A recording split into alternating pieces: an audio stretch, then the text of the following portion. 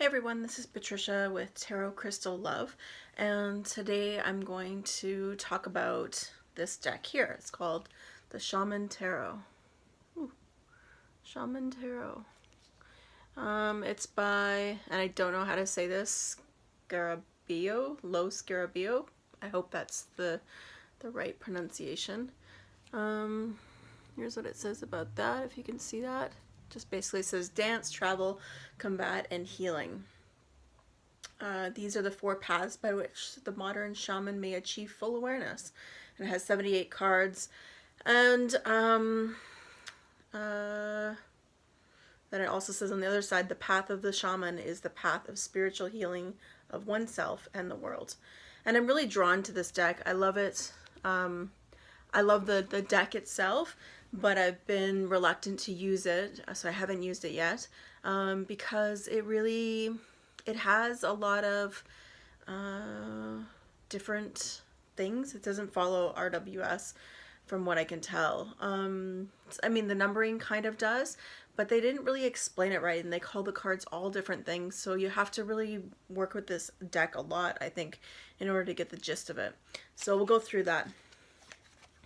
I think that the box it's okay. It's pretty sturdy. It's a normal box. And the backings of the cards are quite beautiful. They're totems. And it's reversible. The cardstock is typical Lo Scarabeo, whatever, however you pronounce that. It's typical of that, which is, it's not great. It's pretty flimsy as far as I'm concerned. Feels a lot like the everything that I compare to the Wildwood Tarot, because I feel like that's probably the worst out of the bunch of them. And yeah, so it does come with an extra card, just like a little place card. Doesn't come with 2, just 1 extra. And yeah, so they've changed a lot of things in this. So it has a little white book as well, which is mostly in other languages. There's like only 14 pages that are like that, and there's probably more than 10 per page, so you can see that there. I love shamanism. It's something I've been studying and practicing for years and years and years, and so this is what drew me to this deck. And yeah, I like the blue color. I actually wouldn't mind edging it because they're white here. The white actually looks okay, but it would be cool if I edged that in blue. Or, yeah, blue is what I'm seeing with that one. Like a metallic blue. So let's go through these. I'm going to use the white book because this is my way of getting acquainted with the deck. So they've changed things. So the pentacle suits is drums. The air, which is usually swords, is now bows. The fire is bones, which I don't even understand that.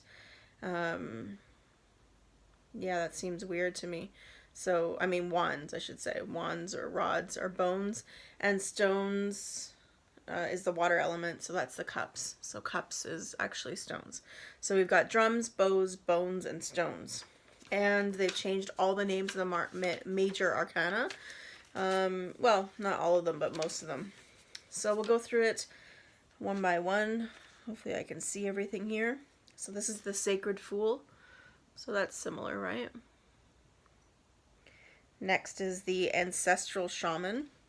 That's number 1, which is usually the Magician.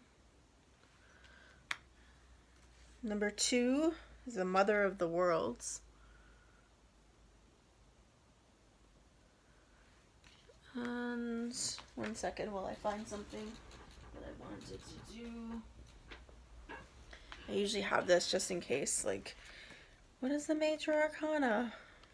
Just a little book because sometimes it's confusing. So yeah, number 2 would have been the Priestess.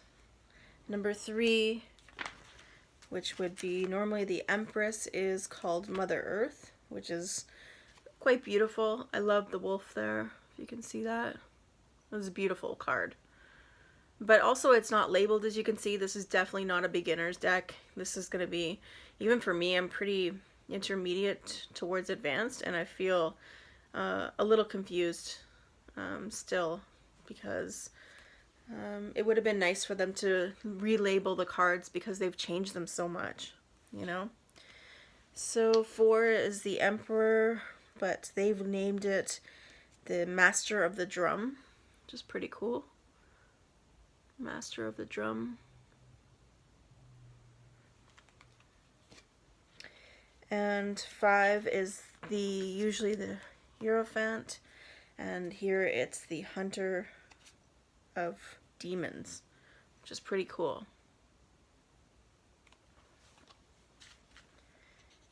Number 6 is Love or Lovers. Here it's Love. So it's usually the Lovers. Here it's Love.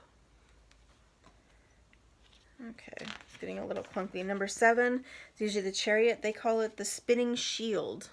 It's a beautiful card with the black horse, the white horse. Number 8 is usually Strength. And here we've got Power. So that makes sense. And it's a bear. A very angry. Is that a man bear? Nope. It's just a bear. Number 9 is usually the Hermit. And this one is called the Seeker of Souls. It's quite beautiful.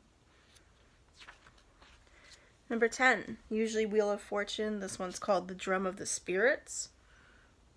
So it looks similar. Just different names. Number 11 is usually Justice, and this one is called Punishment. Interesting. And it looks like it. She looks like Kali, the goddess Kali. She's very, very interesting. And the vultures that are around her. That's pretty cool. I've never even had a look at this deck in detail, in full, so this is cool that I get to go through this with you guys.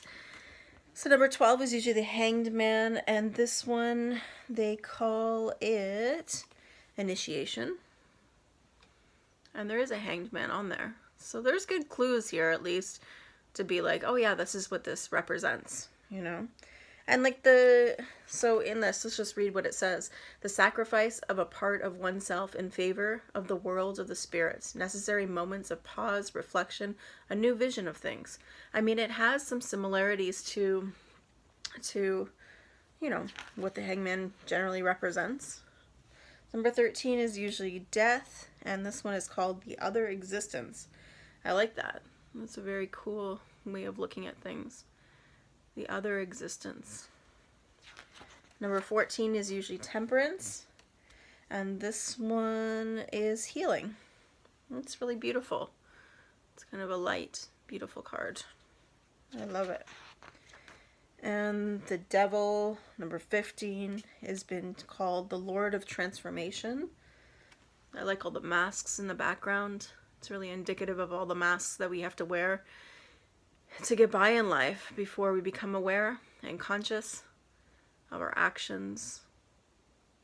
Wow, I really love that card, actually.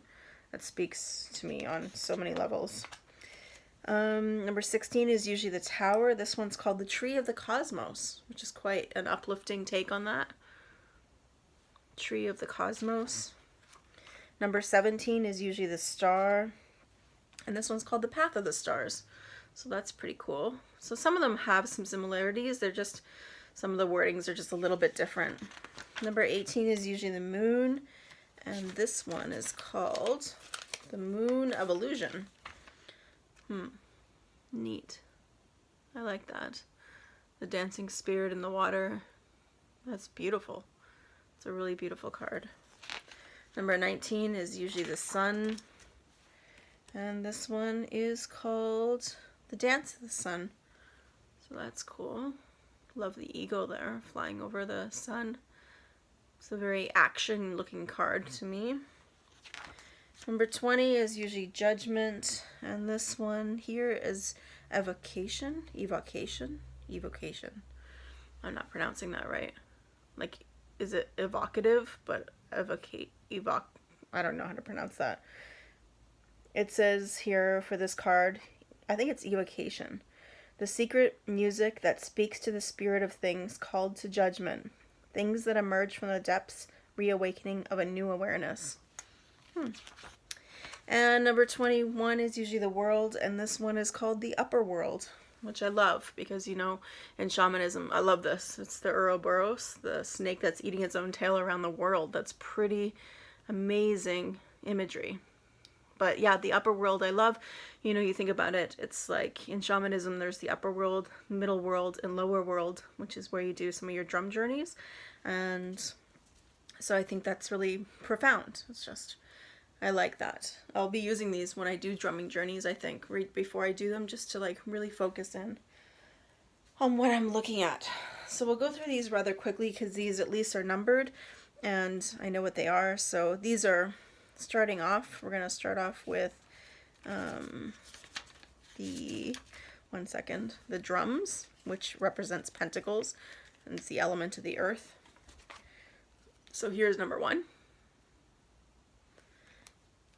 Number 2. Ooh, that's a cool picture. I like that a lot. 3 of drums and crabs. 4 of drums. Ooh, 5 of drums. Wow. That's very profound. I love it. 6 of drums. They're very earthy, like they really draw you in. The cards themselves are like perfectly fitted for my hand. You know, I love that. So here's my hand.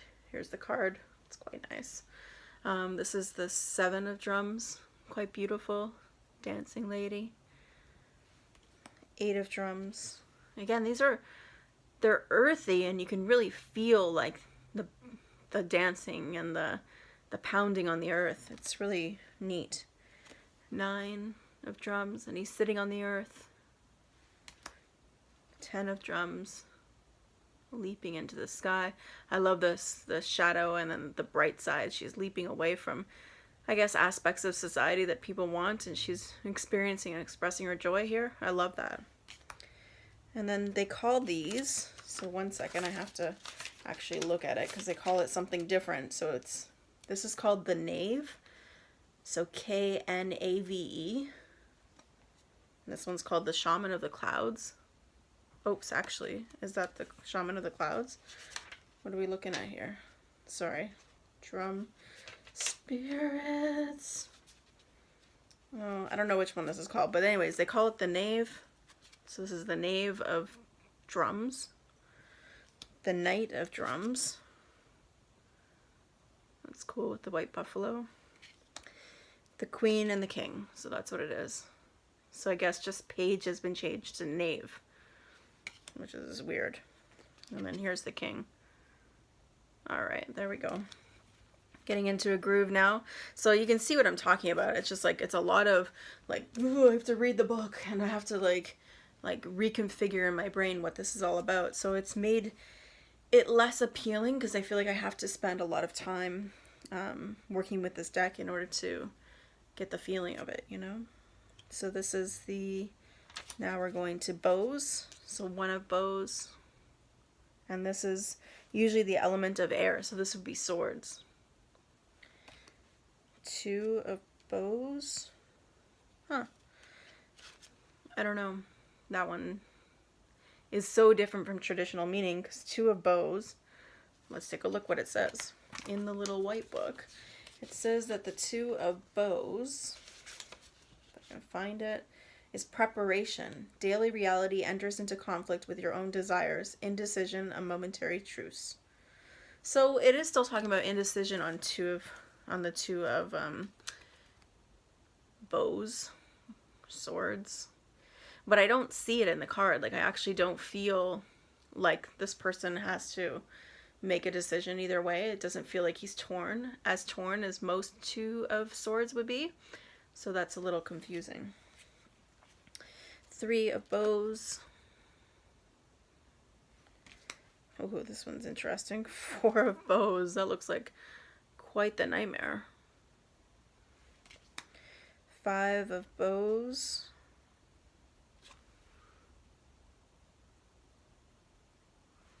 6, 7, 8. That's interesting. I like that one. It's being lifted up and carried. 9. Like full on apocalyptic destruction with a spirit with it holding it out its hand. That's beautiful. Oof, 10. This is, wow, these bows are pretty dark. They're darker than normal. I feel like these once I get the hang of this deck, it's going to give me a no nonsense, no bullshit kind of reading, that's for sure. And then here's the Knave of Bows. And they all have their own names. The Knight of Bows. So it's not just the Knight of Bows, but like, let's look at that. So the Knight of Bows is actually called the Ally of the Clouds. And then this one is the Queen, which is called the Mother Crow. You can see why. It's beautiful. And then the spirit that guides the clouds is the King. All right, now we're on to fire, which is the bones. So the bones element usually is wands. Here's the one of bones, yes. 2. I don't know, bones and drums for some reason seem similar to me. So I don't know how I'm going to differentiate that. I mean, I guess I can see it in some of the cards, but because they have more red in them. Yeah, I can see the color scheme now. Here's 3 of bones. 4 of bones. 5.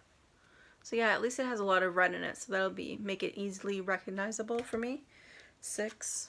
And then they have, like, if you can't see it, just get a little closer. You can see the bone is up there, and then the number is down there. So they don't have any of the words on there. That's a beautiful card too. 7 of bones. 8. Ooh, I love the aliens. That is cool. 9. A lot of this duality here, like the hot and the cold, the yin and the yang. Really feeling this. The Knave, bones. That was 10. 10 of bones.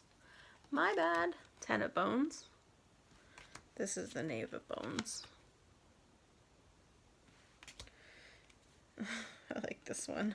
The Knight of bones. It's interesting that this one looks like a little boy on a snake, and the last 2 knights have been feminine. They've been female. So I like that. Again, the gender is fluid and interchangeable. It's pretty cool. The Queen of bones, and I believe she's called the Queen of Snakes from what I read earlier. And this is the King of bones, and I think he's called the King of the Crocodile.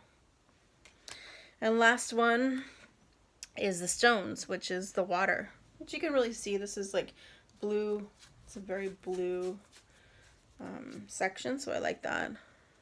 This is the one of stones.